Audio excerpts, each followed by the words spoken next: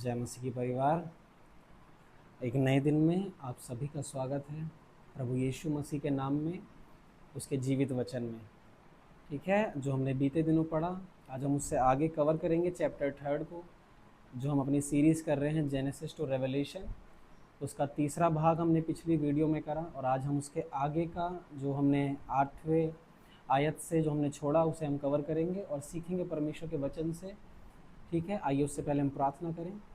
प्रभु यीशु मसीह, आपका धन्यवाद कि आप अच्छे हैं और आप भले हैं। आप वो आत्मा हैं परमेश्वर, आप ज्ञान और समझ से भरे हुए हैं और हर एक चीज़, हर एक अच्छी वस्तु आपसे उत्पन्न हुई है। परमेश्वर, हमें आज बुद्धि और समझ दें कि हम आपका आत्मा उसमें होकर परमेश्वर आपके वचन को प्रचार करने पाएँ और हर एक सुनने वाला प्रभु उसे हृदय से अपने में ग्रहण करे, अपने हृदय को खोल ले। आपका आत्मा उसके हृदय को वो नम्र कर दे, आपका आत्मा उसके हृदय को वो मिट्टी कर दे जो वचन को ग्रहण करने वाला हो और ना केवल सुनने वाला पर समझने वाला हो। प्रभु, आज आपका आत्मा हर एक जन के हृदय को खोले कि वो वचन को ग्रहण करने पाएँ, सीखने पाएँ, वचन से समझने पाएँ और आपके वचन का आदर करें। परमेश्वर, हम आपकी उपस्थिति को मांगते हैं, आपके वचन को हम अपने बीच में लाते हैं, आपकी आत्मा को अपने बीच में मांगते हैं। प्रभु यीशु मसीह, हमें बुद्धि और समझ दें, यीशु के नाम में, आमीन। हालेलुया। ठीक है, आज हमारे पास वचन है 8वीं आयत, तीसरे अध्याय उत्पत्ति की। ठीक है, उत्पत्ति तीसरा अध्याय आयत 8। तब यहोवा परमेश्वर, जो दिन के ठंडे समय वाटिका में फिरता था, का शब्द उनको सुनाई दिया। तब आदम और उसकी पत्नी वाटिका के वृक्षों के बीच यहोवा परमेश्वर से छिप गए। ठीक है, इससे पहले हमने सीखा कि कैसे हम पढ़ रहे थे कि आदम छिप गया, है ना। हम थोड़ा ऐसे ब्रीफ में मैं आपको बता रहा था बिना वचन के कि कैसे आदम छिपा, लज्जा आई, शर्मिंदगी आई और कैसे प्रभु यीशु मसीह उस सारी लज्जा को छोड़कर, अपने आप को छिपाने से हटाकर सबके आगे प्रकट हुए क्रूस पर, नंगे, बिना किसी वस्त्र के। जो आदम छुप गया कि मैंने बुरे काम करे हैं और मैंने विरोध करा है परमेश्वर का, आज्ञा नहीं मानी, मैं छुप जाता हूँ, परमेश्वर से बच जाता हूँ। ठीक है, और उसने अपने पाप को प्रकट नहीं करा, पर यीशु ने पूरा पूरा प्रकट करा। 3 बार भविष्यवाणी करी कि मैं तुम्हारे पापों के लिए मरूंगा, है ना। और वही चीज़ यीशु ने सिर्फ ना केवल बातों में बोला, क्योंकि बाइबल कहती है परमेश्वर का राज्य बातें नहीं है, सामर्थ है। तो प्रभु यीशु मसीह ने ना केवल बातें करी राज्य के बारे में, पर उसे प्रैक्टिकली करके दिखाया। ये बाइबल कहती है नए नियम में कि विश्वास कर्म बिना मुर्दा है ना। तो यीशु मसीह ने जो हमें सिखाया कि देखो, मैं पिता के नाम से आया हूँ और मैं तुम्हें कहता हूँ मुझ पर विश्वास करो, पर नहीं, सिर्फ ऐसे नहीं कि मेरी बात मान लो, मैं तुम्हें करके दिखाऊंगा क्रूस पर कि कैसे मैं तुमसे प्रेम करता हूँ। अपने प्रेम को प्रकट करा, प्रैक्टिकली करके दिखाया। ठीक है, हालेलुया। तब यहोवा परमेश्वर ने पुकार कर आदम से पूछा, तू कहाँ है। जब पहली बार पाप आया तो बाइबल हमें बताती है कि जो मसीह है वो पिता के दाहिनी ओर विराजमान है, और यदि कोई व्यक्ति परमेश्वर के पास है, परमेश्वर के निकट है, तो यदि मेरे बराबर में कोई है, कोई निकट है, तो मुझे उससे पूछने की ज़रूरत नहीं है तू कहाँ है ना, या तू कहाँ है, या तू कहाँ है। मुझे पता है वो यहाँ हैं, वो यहाँ मौजूद हैं, मुझे सुन रहे हैं, मुझे देख रहे हैं।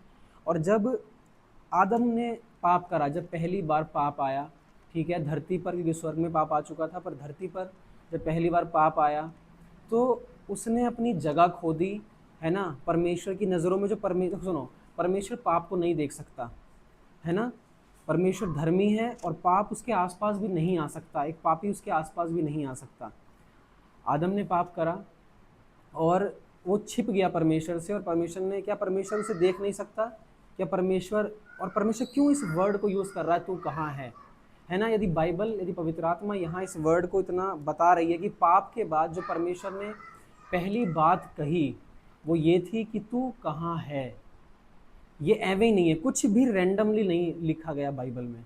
तू कहाँ है, उसने अपनी जगह खो दी। परमेश्वर की नज़रों में उसकी उपस्थिति जहाँ भी थी वो खो दी, उसकी प्रेजेंस जो परमेश्वर की नज़रों में थी वो खो दी, परमेश्वर के इर्द गिर्द जो उसकी जगह थी वो खो दी। और अब परमेश्वर पूछ रहा, तू कहाँ है, तू गुम गया, है ना। जैसे एक भेड़, बाइबल कहती है परमेश्वर 99 को छोड़कर उस एक के लिए जाता है ना, और उस एक को ढूंढता है, पास वालों को नहीं ढूंढता, क्योंकि वो सब उसके पास हैं, उन्हें नहीं पुकारता कि तू कहाँ है, तू कहाँ नहीं है। पर जब भेड़ दूर चली जाती है ना, तो वो उसे वैसे तो बात नहीं कर सकता कि तू कहाँ है, क्योंकि वो नहीं समझती। पर चरवाहा उसे देखता है और मन ही मन सोचता है कि कहाँ चली गई वो, तू कहाँ है ना। आप देखो कि जब भेड़ का दृष्टांत परमेश्वर बता रहा है, तो वहाँ वही चीज़ अप्लाई हो रही है कि तू कहाँ चला गया, तू कहाँ है ना। और जब यीशु उस बारे में बता रहे हैं कि जैसे मैं अपनी भेड़ों को ढूंढता हूँ कि तुम कहाँ चली गई, तुम कहाँ हो, उसे जो दिया लेके ढूंढते हैं, है ना, सिक्के के जो दृष्टांत परमेश्वर ने बताया यीशु ने, वैसे ही यहाँ ये चीज़ अप्लाई हो रही है। उसने कहा, मैं तेरा शब्द बारी में सुनकर डर गया, क्योंकि मैं नंगा था इसलिए छिप गया। उसने कहा, किसने तुझे बताया कि तू नंगा है। ठीक है, अब देखो, इससे पहले कि उसने ये बताया कि मुझसे गलती हो गई, इससे पहले कि उससे पश्चाताप करा, अभी भी उसके हृदय में पश्चाताप नहीं है, सॉरी नहीं है कि मेरे से गलती हो गई है, मैंने आज्ञाकारिता को तोड़ दिया है, मैंने तेरी बात नहीं सुनी, पर हाँ मैं तेरा डर गया। बाइबल कहती है नए नियम में परमेश्वर ने तुम्हें डर और भय का आत्मा नहीं दिया, पर प्रेम, संयम और धीरज का आत्मा दिया है ना। यहाँ कौन सा स्पिरिट आ गया, डर का आत्मा यहाँ आ गया, और डर का आत्मा अब कार्य कर रहा है आदम में, और वो परमेश्वर से डर रहा है। हालेलुया। क्योंकि मैं नंगा था इसलिए छिप गया, है ना। उसने कहा, किसने तुझे बताया कि तू नंगा है, जिस वृक्ष का फल खाने को मैंने तुझे मना किया था, क्या तूने उसका फल खाया है। आदम ने कहा, जिस स्त्री को तूने मेरे संग रहने को दिया, उसी ने उस वृक्ष का फल मुझे दिया और मैंने खाया। इसको अंडरलाइन करो, 12वीं आयत। ठीक है, अब आदम, देखो, आदम और यीशु मसीह, बाइबल कहती है प्रभु यीशु मसीह दूसरे आदम है। पहले आदम ये था जिसने अपनी पत्नी की रिस्पॉन्सिबिलिटी नहीं ली उसके पाप की, कि आदम कि तूने क्या करा, मुझसे, मेरी पत्नी से गलती हो गई और मुझसे गलती हो गई, हमें माफ़ कर दे। ये शब्द उनके होने चाहिए थे कि मुझसे और मेरी पत्नी से गलती हुई है, तो हमें माफ़ कर दे, है ना। और हम इस कारण अब हम तुझसे छुपते हैं और हम तुझसे डरते हैं। बाइबल कहती है नए नियम में हियाव के साथ परमेश्वर के सिंहासन के सामने आओ, क्योंकि पुराने नियम में आदम डर रहा था, और यही चीज़ प्रभु यीशु मसीह ने अपने नंगेपन के द्वारा, क्रूस के द्वारा कैंसिल कर दी। ठीक है, ख़त्म कर दी पूरी। हाँ, अब आदम ने क्या करा, ठीक है, ये देखो 12वीं आयत जेनेसिस 3:12, ये बहुत सीखने वाली चीज़ है। आदम को अपनी पत्नी की रिस्पॉन्सिबिलिटी लेनी चाहिए थी कि मेरी पत्नी से गलती हुई है तो उसे माफ़ कर दे परमेश्वर, है ना। उसने कहा कि नहीं नहीं, मैंने गलती नहीं करी, मेरी पत्नी ने कर दी, है ना। पत्नी ने कहा, पत्नी ने भी अपनी बात नहीं मानी, अरे नहीं नहीं मैंने नहीं करा, उसने करा। ठीक है, अब एक्चुअली में वो काम उन्होंने ही करा है। पर देखो बाइबल कहती है झूठ शैतान से आता है, और जो कोई झूठ बोलता है वो उसकी संतान है ना। आदम और हवा झूठ बोल रहे हैं, अब उन्होंने करा है, डेफिनेटली उन्हें किसी ने बहकाया, पर उन्होंने अपनी वो नहीं ली, अकाउंटेबिलिटी नहीं ली कि अरे ये हमने करा है। बेशक उसने बहकाया, कदम हमने रखा है, स्टेप हमने रखा है। और यही चीज़, इससे मैं आपको बताता हूँ, जब आज आप कहते हो कि शैतान कैसे काम कर पाता है नए नियम में या आज की कलीसियाओं में, शैतान कभी तुम्हारे हाथ पकड़कर किसी को नहीं मारता, शैतान कभी तुम्हारा मुंह पकड़कर किसी को गाली नहीं देता। शैतान तुम्हें एक विचार देता है कि ऐसा है और तू ऐसा कर दे। वो तुम्हें एक विचार देता है, वो तुम्हें एक थॉट देता है, और उसे अब तुम्हारी जिम्मेदारी है कि क्या तुम उसे वचन से ऊपर मानकर प्रैक्टिकल करोगे, उसे लागू कर दोगे उस झूठ को, या तुम उस वचन को मानकर धीरज धरोगे। परमेश्वर ने कभी भी हमें शैतान के अधीन नहीं कर दिया। ठीक है, देखो बाइबल कहती है पुराने नियम में परमेश्वर ने कहा मैंने जो धरती है वो मनुष्य को दी है। ठीक है, यानी धरती पर परमेश्वर का आत्मा बिना परमेश्वर के लोगों के या उसके हाँ के या उसकी आमीन के काम नहीं कर सकता। जब तक परमेश्वर ने धरती पर काम करा, है ना, अपनी आत्मा के द्वारा, अपने वचन के द्वारा, पहाड़, झरने जो हम पीछे हमने देखा पहले अध्याय में, जब वो सब काम करा, तब तक कोई दूसरा मनुष्य नहीं था जो उस जिम्मेदारी को ले या धरती को संभाले या उसका ध्यान रखे। जब परमेश्वर ने आदम को रचा, ठीक है, अदन से रचा, परमेश्वर ने कहा अब तू इसकी देखभाल कर, अब तू इसकी जिम्मेदारी संभाल। ठीक है, अब तू इस घर को संभाल, क्योंकि मैंने जो भी चीज़ें इसमें ज़रूरत थी, आवश्यक थी, ये सब रख दी हैं, अब तू इन्हें देख। अब परमेश्वर ने कहा कि मेरा काम समाप्त हो गया है, अब इस काम को जो करना है, अब मनुष्य को मैंने धरती सौंप दी है, अब तुम ये आगे का काम संभालो, है ना। और जब आज मसीह प्रार्थना करता है, जब आज परमेश्वर तू हमारे जीवन में काम कर दे, तू उस चीज़ को संभाल ले। देखो परमेश्वर जब भी काम करता है वो मनुष्य के द्वारा काम करता है। दुष्ट आत्माएं जब भी काम करती हैं वो मनुष्य के द्वारा काम करती हैं। ऐसे कैसे होता है? परमेश्वर तो बिना किसी की परमिशन के काम करता है, उसे कौन बांध सकता है? नहीं, परमेश्वर ने खुद अपने वचन के द्वारा अपने आप को बांध रखा है कि मैंने धरती मनुष्य को दी है। यदि वो ये बात कहकर गए कि नहीं मनुष्य तुम पीछे हट जाओ, मैं ही काम करूंगा अब भी, तो फिर उसका वचन वो खुद ही तोड़ने वाला हो जाएगा। ये जबकि ये अच्छी बात नहीं है, ठीक है, पर परमेश्वर अच्छी बात ये है कि वो अपने वचन का आदर करता है। उसने कहा मैं अपने से ऊपर अपने वचन को रखता हूँ। यदि उसने ये कह दिया कि मैं अपने वचन से ऊपर नहीं जा सकता, मेरा वचन मुझसे ऊपर है, तो वो एक्चुअली में उस चीज़ को करता है। वो एक्चुअली में उस चीज़ से ऊपर नहीं निकलता, वो उसे फॉलो करता है। हालेलुया। ठीक है, अब वो उसने क्या करा? आदम ने, मैंने नहीं पाप करा, अपनी पत्नी पर थोप दिया, तूने करा है। हव्वा, हव्वा ने भी नहीं कहा कि नहीं मैंने करा है, उसने उस पर थोप दिया। अब ये थोपा थापी चल रही है एक दूसरे पर, ठीक है। तब यहोवा परमेश्वर ने स्त्री से कहा तूने यह क्या किया है? स्त्री ने कहा सर्प ने मुझे बहका दिया तब मैंने खाया। ठीक है, तब मैंने खाया। खाया तुमने ही है, करा तुमने ही है, शैतान तुम्हारी जगह खा नहीं सकता, है ना। और यदि यदि वो तुमसे पाप करा पाता, इतना आसान होता, तो उसे तुम्हें कन्विंस करने की ज़रूरत नहीं है, तुम्हें मनाने की ज़रूरत नहीं है ना। वो तुम्हारी जगह, अरे तू छोड़, मैं ही तेरे घर में सब कुछ बेकार कर दूंगा। नहीं, परमेश्वर जब एक घर को बिगाड़ता है, जब एक फैमिली को बिगाड़ता है, वहाँ एक मुंह होता है जो गलत बोल रहा होता है, ठीक है। वहाँ एक मुंह होता है, जुबान होती है जो श्राप दे रही होती है ना। वहाँ एक बीज होता है जो दुष्टता का बीज होता है, जिसे उखाड़ा नहीं गया अभी तक, और वो फल ला रहा है वहाँ उस क्षेत्र में। हालेलुया। परमेश्वर का न्याय, ठीक है। अब देखो, बाइबल कहती है यदि राजा न्याय नहीं करे तो उसकी गद्दी स्थिर कैसे रहेगी, पुराने नियम में, ठीक है, सब उपदेशक में। और सोलोमन इस बात को बताता है नीति वचन में कि राजा की गद्दी न्याय से स्थिर रहती है। यदि राजा न्याय नहीं करेगा तो उसकी गद्दी कैसे स्थिर रहेगी? परमेश्वर परमेश्वर है, बट वो एक राजा भी है। प्रभु जब उन्होंने पाप करा, है ना, तो तुझे कि परमेश्वर तू तो, वो तो तेरे बच्चे थे, तूने उन्हें माफ़ करना था। आगे मैं दिखाऊंगा आपको कैसे परमेश्वर ने माफ़ करा।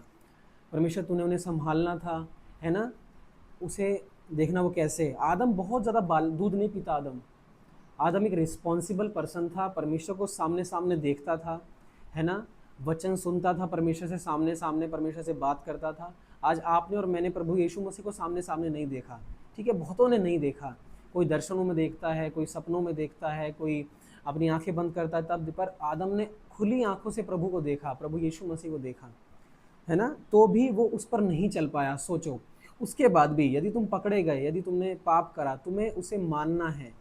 परमेश्वर, तुम क्या छुपा रहे हो? जिसने तुम्हें रचा, तुम्हें बनाया, तुम उसके आगे ये छुपा रहे हो कि मैंने ये नहीं करा या मैंने ये काम नहीं करा, उसने करा है। क्या परमेश्वर नहीं जानता जिसने तुम्हें रचा कि किसने करा और किसने नहीं करा? हालेलुया। अब परमेश्वर क्या करे? परमेश्वर का न्याय आया।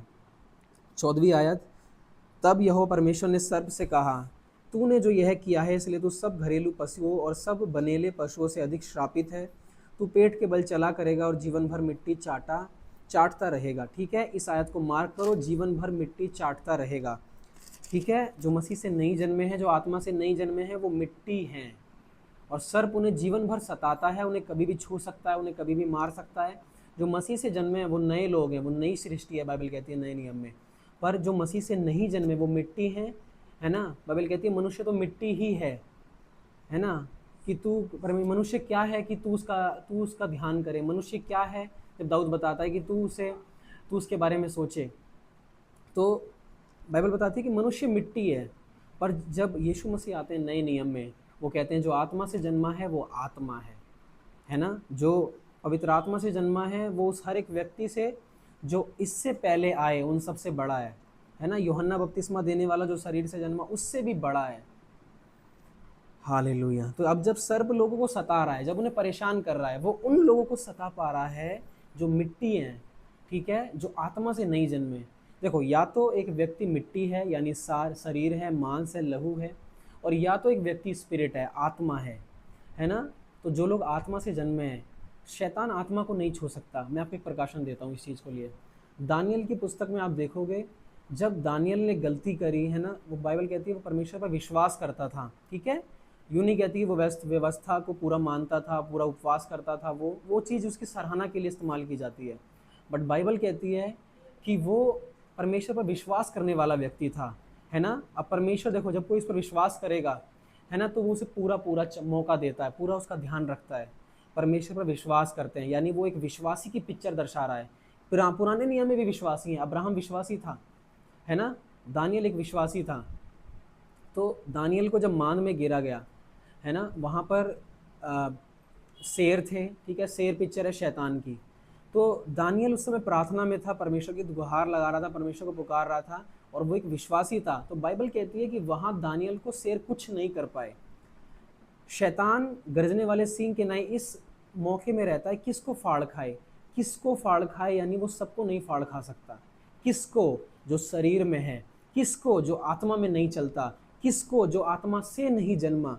किसको? जो परमेश्वर के खिलाफ हैं, वो सबको नहीं फाड़ खा सकता। वो शेर उस समय भूखे थे जब दानियल मान में गिरा गया, पर वो दानियल को मार नहीं पाए, क्योंकि दानियल एक विश्वासी है, एक नए नियम की परछाई है। समझ रहे हैं सब? नए नियम की पिक्चर है दानियल, वो उसे नहीं मार पाए, है ना। और जब आप देखते हो कि जब उसके सेवक लोग, अन्य सेवक लोग राजा के, दारा राजा के, जब वो गिरे गए तो वो उन सबको खा गए, क्योंकि वो विश्वासी नहीं थे, वो शरीर से जन्मे थे, वो मिट्टी थे। शेर यानी शैतान उन्हें तुरंत खा गया और उन्हें नाश कर दिया। वो तह तक भी नहीं पहुंचे थे, बाइबल कहती है, और शेर उन्हें खा गया। हालेलुया। वहाँ शैतान है, गुफा है ना। दानियल एक विश्वासी है और एक अविश्वासी है। दानियल वहाँ होकर भी, बीच में होकर भी नहीं मारा गया, और वो लोग सिर्फ पहुँचे ही नहीं थे तह तक, वो तब मारे गए, तभी वो मार दिए गए। ये फ़र्क है एक विश्वासी और अविश्वासी में। ये फ़र्क है जो आत्मा से जन्मा है, और ये फ़र्क है जो मिट्टी से जन्मा है। दानियल बेशक अभी प्रभु यीशु मसीह पर विश्वास नहीं करता, पर वो परमेश्वर पर विश्वास करता है। बाइबल कहती है साफ साफ कि वो परमेश्वर पर विश्वास करता है।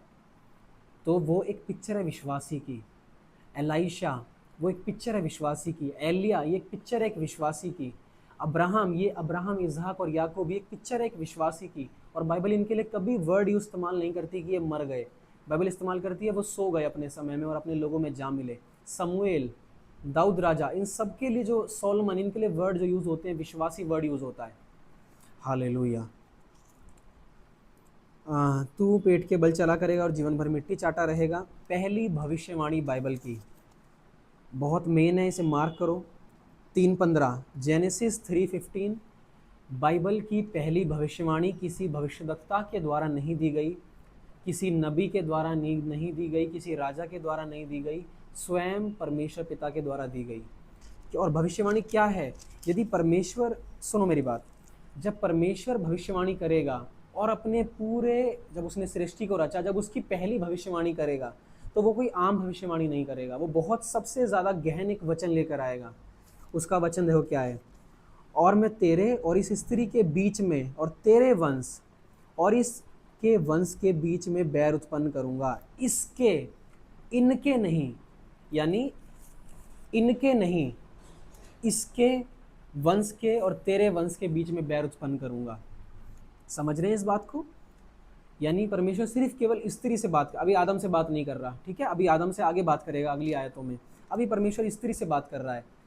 बाइबल कहती है कि जब पहली भविष्यवाणी आए प्रभु यीशु मसीह के लिए कि परमेश्वर का पुत्र आएगा, वो स्त्री से जन्मेगा, है ना, केवल स्त्री से जन्मेगा, पुरुष से नहीं। और एक स्त्री गर्भवती होगी और वो बच्चे को जन्म देगी, उसका नाम यीशु रखना। यहाँ पहली भविष्यवाणी आती है प्रभु यीशु मसीह के लिए। जब पाप आया, परमेश्वर ने क्या दिया? प्रोविज़न दिया, उसका उपाय दिया, उसका निवारण दिया, या बुराई दी? परमेश्वर ने उसका उपाय दिया। देखो, पर अभी 2 आयतें 3 आयतें भी नहीं हुई हैं, पाप हुए, और परमेश्वर ने उसका उपाय दे दिया। पहली कन्वर्सेशन जो हो रही है पाप के बाद परमेश्वर और मनुष्य के बीच में, उसमें ही परमेश्वर ने अपने पुत्र को ला दिया बीच में। हालेलुया। और तेरे वंश और इसके वंश के बीच में बैर उत्पन्न करूंगा, वह तेरे सिर को कुचल डालेगा, वह तेरे सिर को कुचल डालेगा। हालेलुया। ठीक है, अब मैं आपको, देखो, यहाँ से इन आयतों में यदि मैं लेके चलूँ तो मुझे नहीं लगता 4-5 वीडियोस में भी ये कवर होगा, बट आप सुने ध्यान से। वह तेरे सिर को कुचल डालेगा और तू उसकी एड़ी को डसेगा। वह तेरे सिर को कुचल डालेगा, बट इसकी एक कॉस्ट आएगी कि तू उसकी एड़ी को डसेगा। समझ रहे हैं? यानी वो जो स्त्री का वंश होगा वो तेरे सर को कुचल डालेगा, और सर को कुचलने के बाद बाइबल कहती है, अब वो सर से बात कर रहा है, सुनो, परमेश्वर सांप से बात कर रहा है, बिच्छू से बात नहीं कर रहा, ठीक है, किसी अन्य प्राणी से बात नहीं कर रहा, वो सांप से बात कर रहा है। सांप का सारा विष, मेरे साथ बोलो, सारा विष, उसका सारा विष उसके सर में होता है। और परमेश्वर ने कहा जितनी भी ये पाप की जड़ है, जो ये जहर की जड़ है, मैं इस पर ही वो करूँगा सबसे ज़्यादा प्रहार। परमेश्वर ने कहा, भविष्यवाणी दी कि वंश आएगा वो तेरे सर को कुचल डालेगा। और अगर आप आज देखो, यदि सांप का सर कुचल दिया गया तो उसकी पूरी बॉडी पैरालाइज्ड है, पूरी बॉडी उसकी डेड है, वो कहीं से कुछ नहीं कर सकता।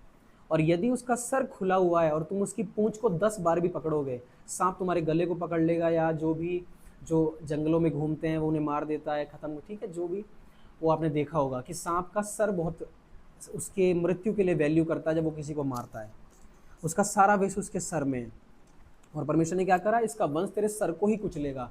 यानी जहाँ से विष आता है, जहाँ से जहर आता है, जहाँ से पॉइजन आता है, वो केंद्र खत्म हो जाएगा।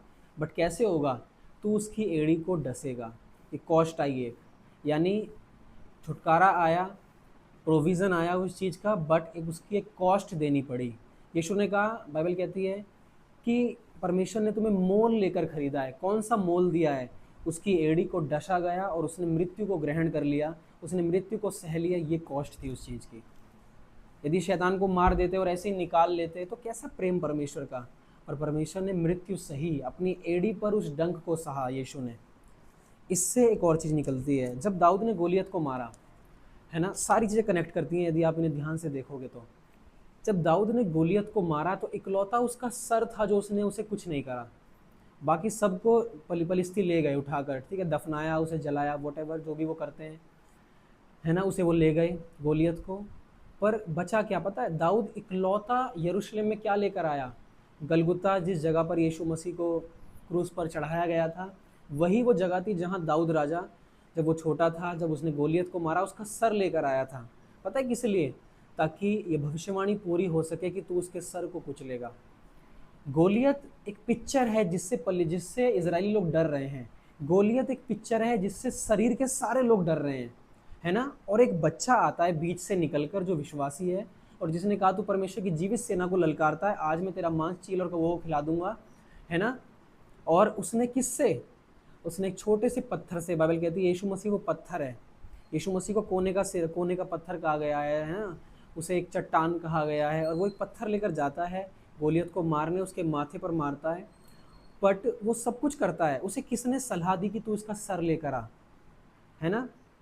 बाइबल कहती है हमारा जो हथियार है, ठीक है, नए नियम में, है ना, वो तलवार है। हमारा जो हथियार है वो तलवार है। दाऊद तलवार लेकर गया, उसे गले को काटा, बट अब भी उसने उसके सर को दफनाया नहीं, जलाया नहीं, उसे ले आया। कैसी दाऊद, तू ये क्या कर रहा है, क्या करेगा सर का, क्या उसे दिखाएगा, क्या कहाँ उसे रखेगा, म्यूजियम बनाएगा, नहीं। दाऊद लेकर आया और उसने उस स्थान पर उसे रखा जो खोपड़ी का स्थान कहलाता है। यीशु मसीह को उसी स्थान पर जो गलगुता कहलाता है, ठीक है, उस पर ही क्रूस पर चढ़ाया गया। और यीशु मसीह का जो क्रूस था, जब आप देखते हो क्रूस को ना ज़मीन में गाड़ा जाता है, ठीक है, क्रूस को डायरेक्ट ज़मीन में गाड़ा जाता है, डायरेक्ट मिट्टी में गाड़ा जाता है, किसी पात्र पर नहीं रखा जाता, लोहे की प्लेट पर नहीं रखा जाता, किसी पत्थर पर नहीं रखा जाता, डायरेक्ट क्रूस को ज़मीन में गाड़ा जाता है ना। और यीशु मसीह जब क्रूस पर गए, वो ये भविष्यवाणी कर रहे हैं कि मेरे क्रूस ने उस गोलियत के सर को कुचल डाला है। यीशु ने अपने क्रूस के द्वारा जो गोलियत का सर था, जो शैतान का सर था, उसे कुचल डाला उस स्थान पर। हालेलुया। और कहीं नहीं हुआ। आप देखें कितने पलिस्ती दाऊद ने मारे, कितने साउल ने मारे, है ना, कितने लोगों से समूएल लड़ा, कितने लोगों से एलिया लड़ा, है ना। पर कहीं भी ऐसी बात नहीं आती जो राजा हैं, ठीक है, उरिया या कोई भी और राजा जो आए, दाऊद राजा आया है, दाऊद के बाद जो, दाऊद के बाद जितने राजा आए, उससे पहले जितने राजा आए, है ना, बाइबल नहीं कहती, कोई भविष्यवक्ता आया कि ऐसा कभी हुआ हो कि कोई किसी का सर लेकर आया हो, है ना। यदि किसी ने नहीं मांगा, दाऊद से किसी ने बोला नहीं था सर लेकर आना। हालेलुया। और तू उसकी एड़ी को डसेगा, ये कॉस्ट थी उस चीज़ की। 16वीं आयत, फिर स्त्री से उसने कहा मैं तेरी पीड़ा और तेरी गर्भवती होने के दुख को बहुत बढ़ाऊंगा। तू पीड़ित होकर बालक उत्पन्न करेगी और तेरी लालसा तेरे पति की ओर होगी और वह तुझ पर प्रभुता करेगा। ठीक है, बाइबल कहती है वो तुझ पर प्रभुता करेगा, वो तुझ पर अधिकार जताएगा, तुझे दबा कर रखेगा, ठीक है। और इसका अपोजिट आ जाओ, देखो ये एक श्राप है, इसे कैसे तोड़ा गया। हर एक श्राप को उसके अगेंस्ट जाकर तोड़ा जाता है। यदि पाप आया तो धार्मिकता आएगी, तब पाप कैंसिल होगा, ठीक है। यदि बुराई आई तो अच्छाई के द्वारा उसे जीता जा सकता है। और यदि सब लोग पापी हो गए तो केवल धर्मी के द्वारा पापी लोग धर्मी हो सकते हैं। यहाँ क्या है, और वह तुझ पर प्रभुता करेगा, यानी एक पति एक अपनी पत्नी पर प्रभुता करेगा, ये कर वो कर। देखो, पत्नी के साथ साथ चलना, उसके साथ कदम से कदम मिलाना, कंधे से कंधा मिलाना, उसका आदर करना, उससे प्रेम करना, ये एक अलग चीज़ है। और पत्नी पर प्रभुता करना यानी तुम उसे मार सकते हो, तुम उसे अधिकार जता सकते हो, तुम उसे पीट सकते हो, है ना। प्रभुता करने का मतलब ये है। और बाइबल कहती है ये एक श्राप है। आज जब पीढ़ी दर पीढ़ी आप देख रहे हैं, जब पति लोग अपनी वाइफ को मारते हैं, पीते हैं, नशा करते हैं, ठीक है, डिवोर्स हो रहे हैं, इतने तलाक हो रहे हैं, पत्नियों को मारते पीटते हैं, भगा देते हैं, कुछ भी, ठीक है, जला देते हैं उन्हें, कोई उन्हें कैसे मारता है, कोई चाकू से, कोई बंदूक से, आपस में पति पत्नी में आपस में ही मुठभेड़ चल रही है ना। एक रिश्ता बन नहीं पा रहा सही से, दोनों लोग कदम से कदम नहीं मिला पा रहे, एक दूसरे से मिल नहीं पा रहे। और आदम से उसने कहा, तूने जो अपनी पत्नी की बात सुनी और जिस वृक्ष के फल के विषय मैंने तुझे आज्ञा दी थी। अब यहाँ दो बातें हैं, हव्वा ने अपने पति से एक बात कही, और दूसरी बात है कि परमेश्वर जो उससे बड़ा है उसने उससे एक बात कही। हव्वा जो उससे जन्मी है और आदम जो परमेश्वर से जन्मा है, परमेश्वर ने उसे एक चॉइस दी। देखो यहाँ पर आदम की परख हुई, परमेश्वर जानता था कि आदम क्या करेगा, पर यहाँ उसकी परख हुई, क्योंकि जब तुम किसी को अपने से ज़्यादा प्यार करते हो, तुम किसी को पैदा करते हो, तुम उसे फ्री विल देते हो, है ना। बाइबल कहती है नए नियम में कि प्यार का क्या एक वो है कि तुम उसे फ्री, तुम उसे छोड़ दो, खुला छोड़ दो। जब अब सोचें, यदि आपका कुत्ता है, ठीक है, आज लोग पेट पालते हैं, कुत्ता पालते हैं, वो उससे इतना लगाव करते हैं, वो उसे खोल कर रखते हैं, है ना। और जो लोग उस पर डोमिनियन प्रभुता करेंगे कि हम तुझे यहीं पढ़ा रहे, यहीं खाइयो और यहीं जो भी करना यहीं करियो, पर जो लोग प्यार करते हैं वो कहते हैं तो हमारे साथ सो, हमारे साथ उठ बैठ, हमारे जहाँ हम बैठते हैं वहाँ बैठ, जो हम खाते हैं वो खा, इसे बांधो नहीं, इसे बांधो नहीं, हम इसे बांधते नहीं हैं, ठीक है। आज ये मैंने एग्जाम्पल इसलिए दिया क्योंकि मॉडर्न एग्जाम्पल है ये। तो ऐसा ही है, परमेश्वर ने जब हमसे प्रेम करा, ठीक है, अब एक कुत्ते का उदाहरण एक अलग चीज़ है, परमेश्वर हमसे उससे कई ज़्यादा प्रेम करता है, ठीक है। उसका और हमारा रिश्ता बाप बेटे का है, कुत्ते और स्वामी का नहीं है। परमेश्वर ने कहा यदि मैं किसी से प्रेम करता हूँ, मैं उसे यूँ नहीं कहूँगा हे ये नहीं करेगा, हे वो नहीं करेगा, तू तू आज़ाद है, तू कुछ भी कर, पर मैं तुझे सलाह दूंगा कि तू मेरी बात मानना, मेरी आज्ञा मानना, है ना, इससे तू जिएगा, इससे तुझमें जीवन आएगा। अब एक आवाज़ थी जो उस व्यक्ति से आई जो उससे ही उत्पन्न हुआ है, यानी हव्वा, और एक आवाज़ थी जो उससे आई जिसने उसे उत्पन्न करा है। यदि आज आपसे ऐसा कहा जाए कि एक व्यक्ति शारीरिक है जो आपसे बोल रहा है कि भाई ऐसे ऐसे कर, और सर्वशक्तिमान आपको एक निर्देश दे कि तू ऐसे ऐसे कर, तो किसकी बात आप मानोगे? आप कहोगे डेफिनेटली मैं परमेश्वर की बात मानूंगा। एग्जैक्टली यही तो बात है कि जब हमें शारीरिक कोई व्यक्ति कहता है कि तुम ऐसे ऐसे करो, तुम वैसे वैसे करो, है ना, और परमेश्वर ने हमें अपना जीवित वचन दिया है कि तुम ऐसे ऐसे करो, तो आप कहोगे किसकी हमें बात माननी चाहिए?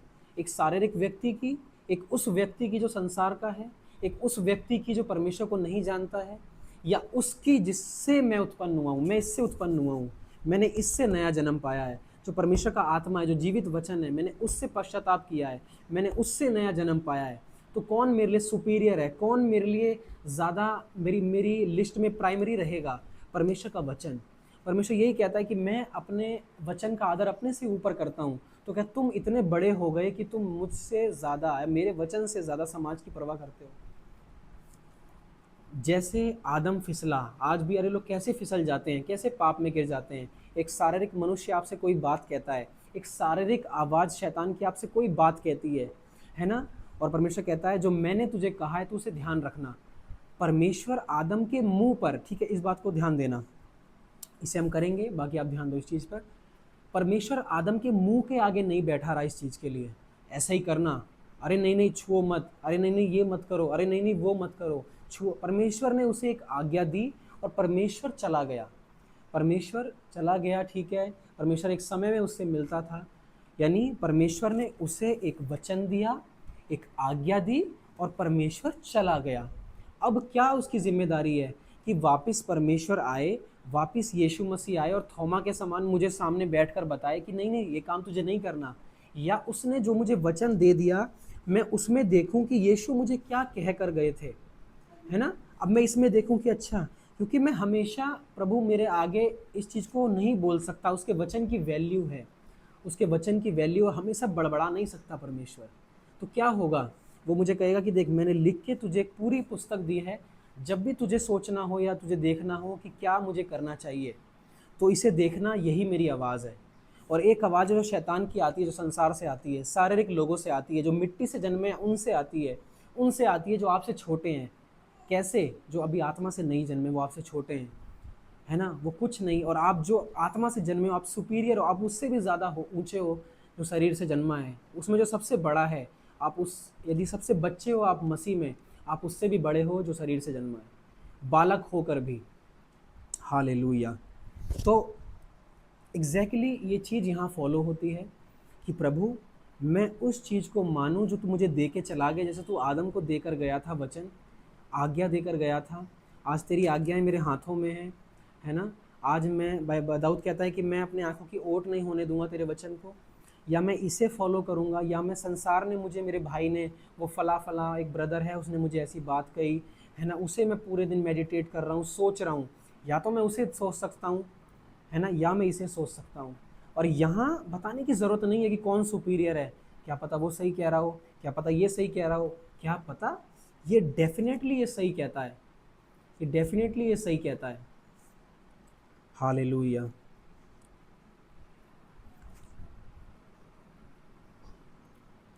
हालेलुया। ठीक है, आगे बढ़ते हैं हम इसमें।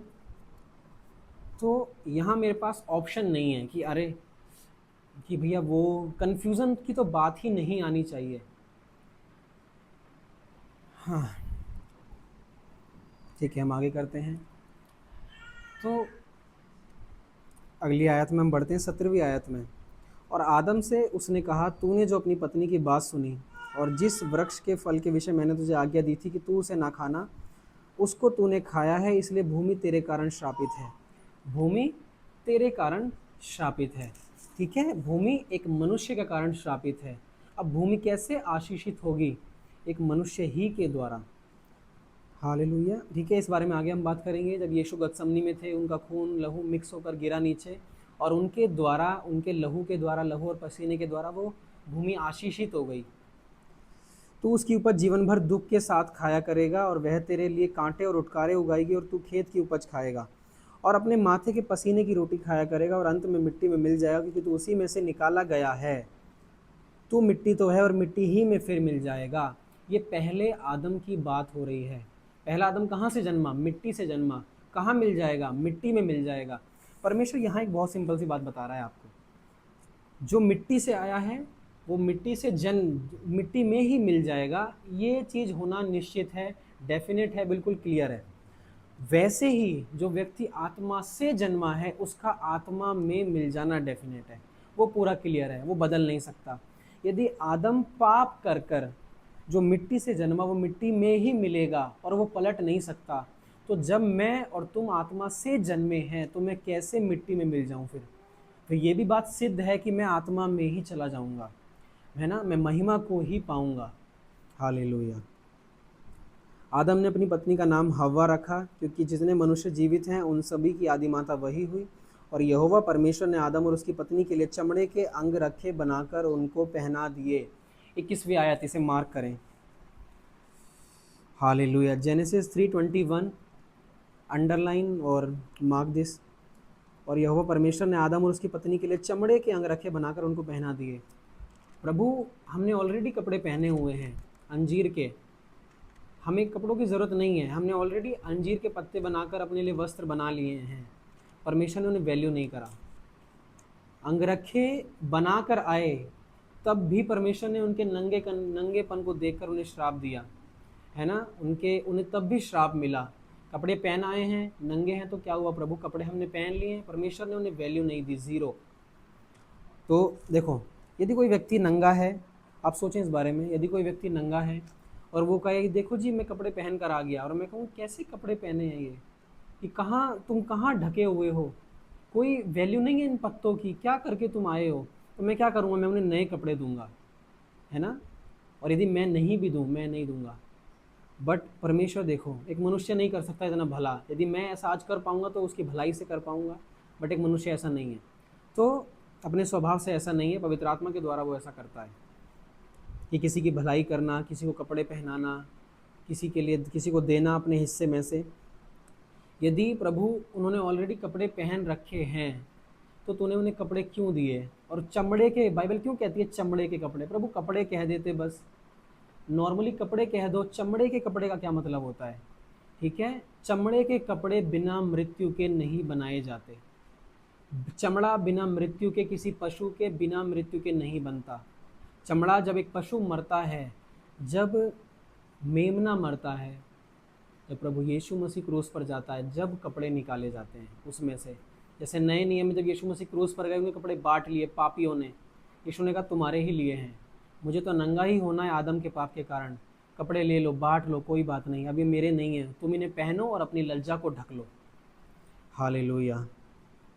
यानी स्वयं धार्मिकता परमेश्वर के आगे वैल्यू नहीं करती। परमेश्वर ने स्वयं धार्मिकता को कहा, क्या, कौन से कपड़े, काय के कपड़े, तुम्हारा नंगापन, तुम अभी भी नंगे हो, चमड़े के वस्त्र लो, ये पहनो। परमेश्वर अच्छा है, परमेश्वर भला है, तो श्राप क्यों दिया? जब परमेश्वर अच्छा है और भला है तो ये आयत देखो, 21वीं आयत, कि उसने प्रोविज़न दिया। उन्होंने माफ़ी नहीं मांगी। परमेश्वर न्याय नहीं करे तो क्या करे? यदि कोई माफ़ी, यदि वो आदम कहता मुझसे मुझसे पाप हुआ है, तेरी दृष्टि में मैंने पाप किया है, मुझे माफ़ कर दे, मुझे क्षमा कर दे, तो परमेश्वर उन्हें प्रोविज़न दे, तो ये कोई कैसी भलाई है? प्रभु ने माफ़ी मांगी तो उन्हें माफ़ कर दिया, तो अच्छा है। उन्होंने माफ़ी नहीं मांगी, तब भी परमेश्वर ने उन्हें प्रोविज़न दिया, उपाय दिया, उनके लिए अपने पुत्र को मारा, मेमने को मारा, और उन्हें चमड़े के वस्त्र दिए। बिना मांगे, बिना कहे, बिना सॉरी बोले, बिना अपनी गलती माने। हालेलुया। वाटिका से निकाला जाना। फिर यहोवा परमेश्वर ने कहा, मनुष्य भले बुरे का ज्ञान पाकर हम में से एक के समान हो गया है, इसलिए अब ऐसा ना हो कि वह हाथ बढ़ाकर जीवन के वृक्ष का फल भी तोड़ के खा ले और सदा जीवित रहे। ये वचन बहुत अच्छा लगता है मेरे को, ठीक है, इसे मार्क करो। 22वीं आयत, इसलिए अब ऐसा ना हो कि वह हाथ बढ़ाकर जीवन के वृक्ष का फल भी तोड़ के खा ले और सदा जीवित रहे।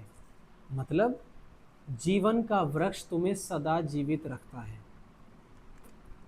फर्क नहीं पड़ता कि वो कैसे तुम्हें मिला, फर्क नहीं, पर अगर तुमने जीवन के वृक्ष से फल खाया है, तुम जीवित रहोगे। अब ये बात परमेश्वर ने सिद्ध कर दी। जीवन का वृक्ष जो नए नियम में यीशु मसीह क्रूस पर लटका गया था, एक फल के समान, बाबा यीशु मसीह ने कहा कि जो भी कोई मेरा मांस खाएगा वो जीवित रहेगा और कभी ना मरेगा। जो मेरा मांस खाता है उसमें जीवन बना रहता है, और जो मेरा लहू पीता है उसमें जीवन रहता है। ठीक है, मेरा मांस खाने की वस्तु और मेरा लहू पीने की वस्तु है। यीशु ने ये बात कही है ना। और पुराने नियम में परमेश्वर क्या कह रहा है कि ऐसा ना हो कि वो इस फल को खा ले और सदा जीवित रहे। यीशु ने कहा जो मेरे मांस को खाता है वो सदा जीवित रहता है। ये वही फल है जो अदन में अवेलेबल है, ये वही फल है जो सदा जीवित रखता है। और यदि परमेश्वर पुराने नियम में ये कह रहा है कि यदि तुमने वो फल खा लिया तो फर्क नहीं पड़ता, तुम 100 साल जियोगे, 200, तुम सदा जीवित रहोगे। ये बात सिद्ध है, तुम सदा जीवित रहोगे। यही तो परमेश्वर यीशु ने कहा कि जब हम कम्युनल लेते हैं, जब हम परमेश्वर का मांस और लहू लेते हैं एक रोटी के समान, ठीक है, उसे लेते हैं हम रोटी को परमेश्वर के मांस और लहू के समान, तो बाइबल कहती है यीशु ने कहा इसे तुम दोहराया करो, बार बार इसे खाया करो, है ना। वो देखो परमेश्वर ने कैसी दया करी, हमें ऑफर करा हर एक पापी को, जिसने क्या करा था, जिसने मृत्यु का फल खा लिया था, मृत्यु, वो जिस फल के द्वारा मृत्यु आई, जिसके फल के द्वारा पाप आया, परमेश्वर ने क्या करा, उसे ऑफर करा, है ना, एक अलग तरीके से नए नियम में कुछ समय बाद, कि ये लो जीवन का फल खाओ और जीवित रहो, क्योंकि मेरी ये इच्छा है कि तुम सदा जीवित रहो, उसकी ये इच्छा है कि तुम सदा जीवित रहो। इसलिए तो उसने कहा कि जो कोई मेरे मांस को खाता है उसमें जीवन बना रहता है। वो फल है नए नियम में, यही वो फल है जो प्रकट हुआ, यही वो फल है जिसे हम हर बार होली कम्युनियन के दिन खाते हैं, यही वो फल है जो क्रूस पर टंगा हुआ था, यही वो फल है जिसे तोड़कर जब कोई व्यक्ति खाता है तो उसमें जीवन बना रहता है। हालेलुया। तो यदि आप कहें मैं कैसे, मुझ में जीवन बना रहेगा, उसमें से खाएं, कम्युनियन लें, उसके मांस में से हिस्सेदारी करें, उसके लहू में से हिस्सेदारी करें और तुम में जीवन बना रहेगा।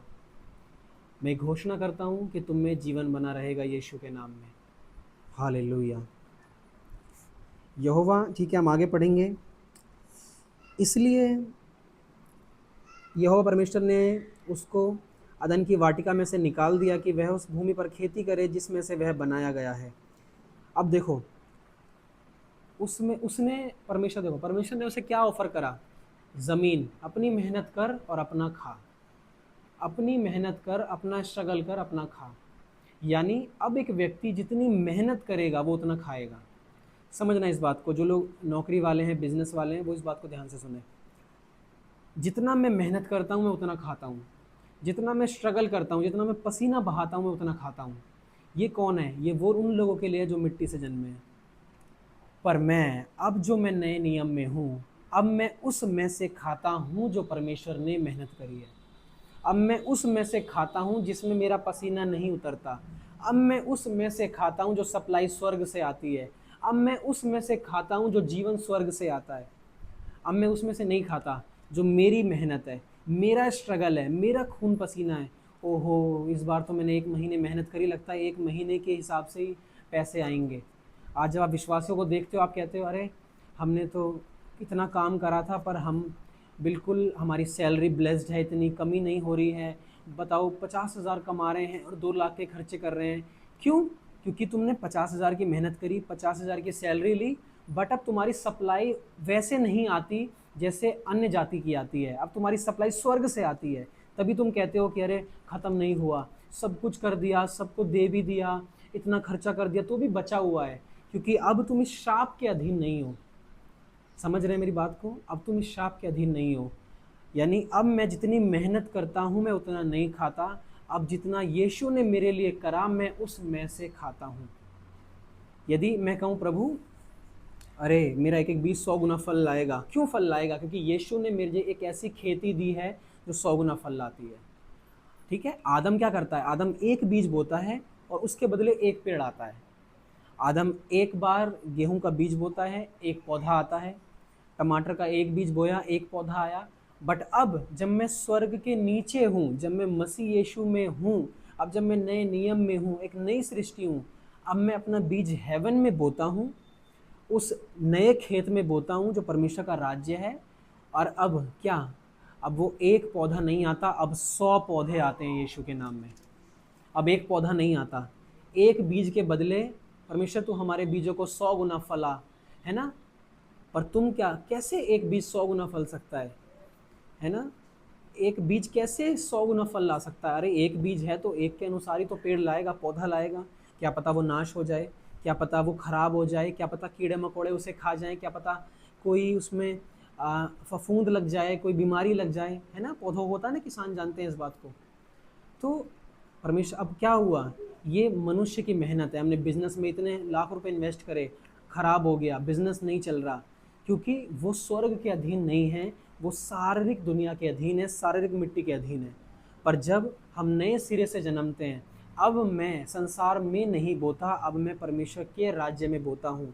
अब जब मैं अपनी सैलरी को रिसीव करता हूँ, मैं 20,000 में 1 लाख के खर्चे करता हूँ, मैं 50,000 में 5 लाख के खर्चे करता हूँ। अब जब मैं अपनी सैलरी को रिसीव करता हूँ, बिल भरता हूँ, ठीक है, कमेटी भरता हूँ, सारी चीज़ें, सारे बिल्स फॉलो करता हूँ, mobile, wifi, internet, bike, fuel, car, सारी चीज़ें। और अब भी मुझ पर सेविंग्स हैं, क्योंकि अब मैं शारीरिक दुनिया के अधीन नहीं हूँ, अब मैं स्वर्ग की सप्लाई के अधीन हूँ।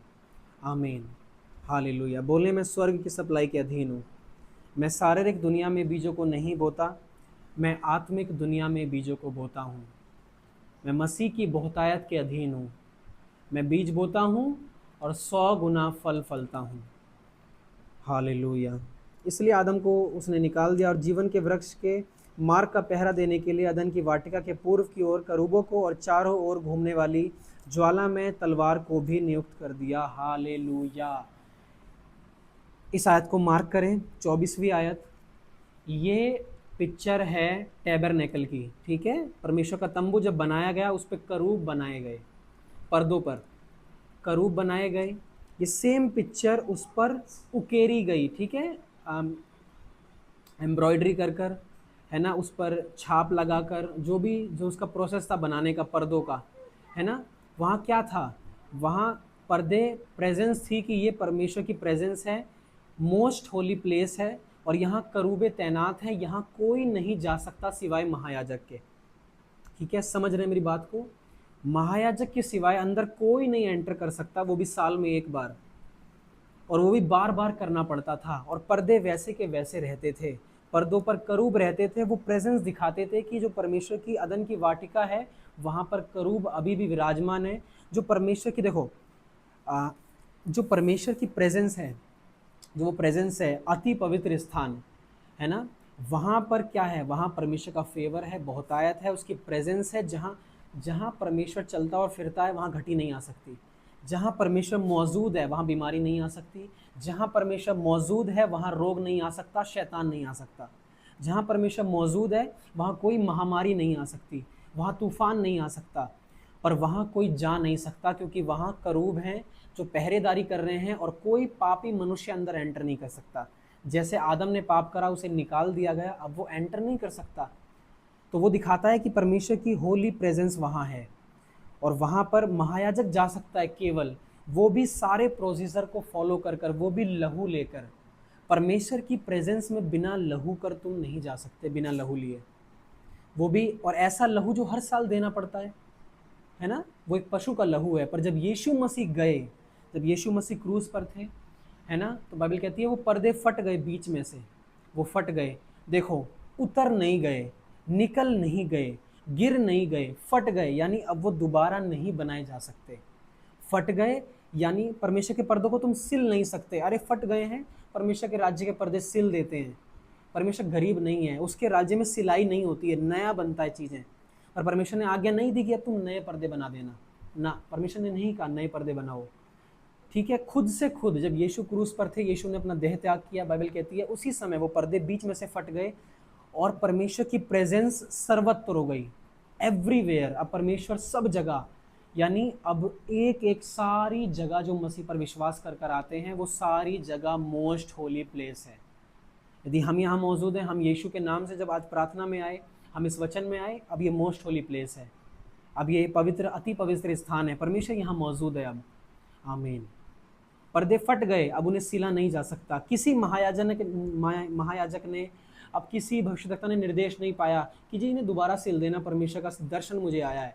नहीं, किसी को नहीं कहा गया। अब वो सिले नहीं गए, उस दिन के बाद वो पर्दे सिले नहीं गए। ठीक है, जो बाइबल बताती है, यदि उन्होंने सिले हों, और बाइबल बताती है कि नहीं, उन्होंने दोबारा जिक्र नहीं करा बाइबल ने इस बारे में कि वो सिले गए दोबारा। पवित्र आत्मा ने इसे वैल्यू नहीं दी कि बस अब मैंने फटने तक का जिक्र करा, इससे आगे कुछ नहीं। यीशु क्रूस पर गए, वो पर्दे फट गए, करूब हट गए, परमेश्वर की होली प्रेजेंस खुल गई। अब कोई भी अदन की वाटिका में प्रवेश कर सकता है। पर करूबों को हटाने की कीमत क्या थी? कोड़े, पीठ पर लहू बह रहा था, उनकी तलवारें चलती थी, बाइबल कहती है। तो जब तलवारें चली करूबों की, तो यीशु गए और वो तलवारें चली, उनकी पीठों पर वो तलवारें आईं, उनके पेट पर, उनके शरीरों पर वो तलवारें आईं, और यीशु ने कहा अब तुम मेरे पीछे पीछे अदन में एंटर करो मेरे बच्चों, अब तुम मेरे पीछे पीछे अदन में आ जाओ। क्योंकि अब क्या हुआ? अरे प्रभु, करूब खड़े हैं। परमेश्वर ने कहा क्या मेरा शरीर तुम्हें नहीं दिखाई देता कि इसमें घाव हैं, इसमें कैसे मुझे मारा गया है, कैसे मुझे पीटा गया है? क्या तुम्हें ये तलवारों के निशान नहीं दिखाई देते जो करूबों ने मुझ पर चलाए हैं? अरे करूब यीशु मसीह को कैसे मार सकते हैं? क्योंकि उस समय यीशु मसीह सारे पाप को लिए हुए थे, इसलिए। तो परमेश्वर ने क्या करा? ना केवल पर्दों को फाड़ा, पर परमेश्वर यीशु मसीह एंटर कर गए अंदर, और उसने कहा अब कोई भी मेरे पीछे आ सकता है। यदि तुम जाना चाहो, जाओ, परमेश्वर की प्रेजेंस में जाओ, बिना यीशु मसीह के जाओ, तुम्हें भी उतने ही घाव लेने पड़ेंगे, और तुम्हारे घाव वैल्यू भी नहीं करते, तुम मर जाओगे। पर जब यीशु ने कहा, क्योंकि वो धर्मी था, उसने जब पापी होकर घाव लिए, है ना, उसने मृत्यु ली, क्योंकि कोई भी अदन में प्रवेश करेगा वो मार दिया जाएगा, क्योंकि वहाँ करूब हैं, इसलिए कि कोई एंटर ना करे। पर यीशु ने एंटर करा, करूबों ने उन पर तलवार चलाई, और उसके बाद यीशु ने कहा हो गया, अब इन्हें फाड़ दो, अब ये प्रेजेंस को सर्वत्र कर दो, हर जगह कर दो, अब कोई भी आ सकता है। हालेलुया, ऐसा ही है, अब कोई भी आ सकता है। अब यीशु मसीह के पीछे चल चल कर कोई भी आ सकता है। अब इसका क्या मतलब है, ठीक है, कंक्लूजन को सुनो, देन हम प्रार्थना करेंगे छोटी सी। कंक्लूजन क्या है इसका, मैं क्या आपको समझा रहा हूँ और क्या आप आज आपने समझा, ये कि अब जो मोस्ट होली प्लेस है वो खोल दिया गया सबके लिए, मेरे लिए, आपके लिए, सभी सुनने वालों के लिए, सभी विश्वासियों के लिए। अब मोस्ट होली प्लेस खोल दिया गया है, अब कोई पर्दा नहीं है परमेश्वर और मेरे बीच, परमेश्वर और आपके बीच अब कोई पर्दा नहीं है। आप आ सकते हैं हियाव के साथ, come boldly to the throne of God, Bible says in the New Testament, नए नियम में बाइबल कहती है परमेश्वर के सिंहासन के सामने हियाव से आओ। प्रभु करूब, मैंने कहा हियाव से आओ, करूब तुम्हारा कुछ नहीं कर सकते क्योंकि उसने यीशु को ऑलरेडी घायल कर दिया है। यीशु ने मृत्यु सह लिया और तीसरे दिन जी उठा है, करूब कुछ नहीं कर पाए उसका, है ना। सारे घाव उसने लिए पर वो घाव उसे मार नहीं पाए, मतलब मार कर रोक नहीं पाए जिंदा होने से। और अब क्या हुआ, अब प्रेजेंस खुली हुई है अदन में, आप आ सकते हो। और अदन में क्या है, अरे प्रभु 10,000 का काम करता हूँ, 10,000 ही सैलरी आती है, क्या क्या इससे करूँगा। अब अदन खुली हुई है, अदन के अंदर जाओ, अब तुम उसमें बीज बो सकते हो जो परमेश्वर ने तुम्हारे लिए ज़मीन दी है। परमेश्वर का राज्य खुला हुआ है, अदन की वाटिका खुली हुई है, परमेश्वर की प्रेजेंस खुली हुई है। अदन की वाटिका में बाइबल कहती है परमेश्वर दिन के ठंडे समय आता था, है ना। परमेश्वर ने क्या करा, खुद वहाँ से नहीं चला गया, आदम को वहाँ से निकाल दिया, यानी परमेश्वर अभी भी वहाँ मौजूद है।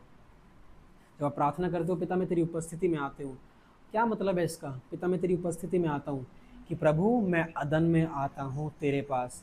तो जब अदन में आते हो तो अदन की बहुतायत की ज़मीन पर भी तो कदम रखते हो, जब अदन में आते हो तो अदन के फेवर में भी तो कदम रखते हो, जब अदन में आते हो तो अदन में किसी चीज़ की कमी नहीं है। The moment you enter into the prayer, जिस समय आप एंटर करते हो परमेश्वर की प्रार्थना में, उस समय आप अदन में एंटर कर जाते हो और आप उसमें रहते हो, है ना। और जब आप एंटर कर रहे हो, प्रभु मैं तेरी उपस्थिति में आता हूँ, परमेश्वर कहाँ है, अदन की उस जगह में। आप कहते हो प्रभु अब मैं तेरे पास आ गया, देखो अपने आसपास उस बहुतायत को, ये उसके पेड़ हैं, ये उसके वृक्ष हैं, ये जीवन का वृक्ष है, ये इसका वृक्ष है, ये इसका वृक्ष है ना। मृत्यु का फल खा लिया गया है, अब कोई फल नहीं है वहाँ मृत्यु का जो तुम्हें मार सके, अब केवल जीवन का वृक्ष है। जब तो परमेश्वर ने कहा कि अरे ऐसा ना हो कि दोबारा ये मृत्यु का फल खा लें, ऐसा कहा नहीं, कहा कि अब ये जीवन का फल ना खा लें, यानी मृत्यु का फल नहीं है, वो तोड़ दिया गया है, वो ख़त्म हो गया है पूरा, उसका प्रभाव, जो भी उसका इफ़ेक्ट था, जो उसका प्रभाव था, वो ख़त्म हो चुका है, पूरा नष्ट हो चुका है। शैतान जब क्रूस पर मारा गया, जब उसे क्रूस पर उसे कुचला गया, तो अब वो सब ख़त्म है। बट जिस समय हम आते हैं परमेश्वर की प्रेजेंस में, तो आप अदन में आते हो, बहुतायत में आते हो। मेरे साथ बोलो, मैं बहुतायत में एंटर करता हूँ, मैं फेवर में एंटर करता हूँ, मैं चंगाई में एंटर करता हूँ, मैं परमेश्वर की उस अनॉइंटिंग में एंटर करता हूँ, मैं परमेश्वर की प्रेजेंस में एंटर करता हूँ। हालेलुया। यदि गरीब आते हो, यदि तनख्वाह को देखकर, यदि अपने बैंक बैलेंस को देखकर आते हो, तो अदन में आओगे तो फर्क नहीं पड़ता कि अब तुम्हें कोई कमी होगी। हालेलुया। क्योंकि अदन में वो ज़मीन नहीं है कि एक बीज बोया तो एक ही पेड़ उगेगा, अदन में वो ज़मीन है जब एक बीज बोते हैं तो 100 तरह के फल आते हैं। हालेलुया। ठीक है, 100 पेड़ निकलते हैं, सब पर बहुतायत में फल होते हैं। अब क्या होता है, अब हमारा बीज नाश नहीं होता, अब हमारा बीज कीड़े नहीं खाते, अब हमारे बीज टिड्डियाँ नहीं खाती, हमारा एक एक बीज परमेश्वर के राज्य में फलवंत होता है। हालेलुया। ठीक है, हम छोटी सी प्रार्थना करेंगे। आई होप आप समझें इस वचन को। प्रभु यीशु मसीह आपका धन्यवाद, परमेश्वर आप यहाँ मौजूद हैं। हालेलुया। ठीक है, इससे मैं बता दूं थोड़ा इस चीज़ के लिए, मैं बैठा हूँ क्योंकि यदि मैं खड़ा होऊंगा मैं फ्रेम से आउट हो जाऊंगा। मैं भी चाहता हूँ कि मैं खड़े हूँ, आप खड़े होकर प्रार्थना करें इस चीज़ के लिए। यदि मैं खड़ा हुआ मैं फ्रेम से आउट हो जाऊँगा, इसलिए मैं बैठा हूँ। परमेश्वर हम आपका आदर करते हैं, आपको धन्यवाद देते हैं। आप भले हैं, आप प्रेमी हैं, इसीलिए आपने अपने पुत्र को, मेमने को हमारे लिए दिया। आज मैं शर्मिंदा नहीं हूँ, आज मैं लज्जित नहीं हूँ, क्योंकि यीशु मसीह आपको लज्जित होना पड़ा क्रूस पर। यीशु आपके द्वारा, आपके लहू के द्वारा आज ये धरती आशीषित है जिस पर मैं रहता हूँ। आज मेरी वो आत्मिक धरती आशीषित है, आज मेरी सैलरी आशीषित है, आज मेरे पशु आशीषित हैं, आज मेरा परिवार आशीषित है, जो उस सप्लाई के अंदर है जो स्वर्ग से आती है। प्रभु यीशु, आज मैं उस स्वर्ग की सप्लाई के अधीन हूँ। मैं मट्टी से नहीं जन्मा, मैं आत्मा से जन्मा हूँ। प्रभु, जैसे आप आत्मा से जन्मे और आपने हमें भी वही अधिकार दिया कि तुम भी आत्मा से जन्मे हो और तुम स्वर्ग के राज्य में सबसे बड़े हो।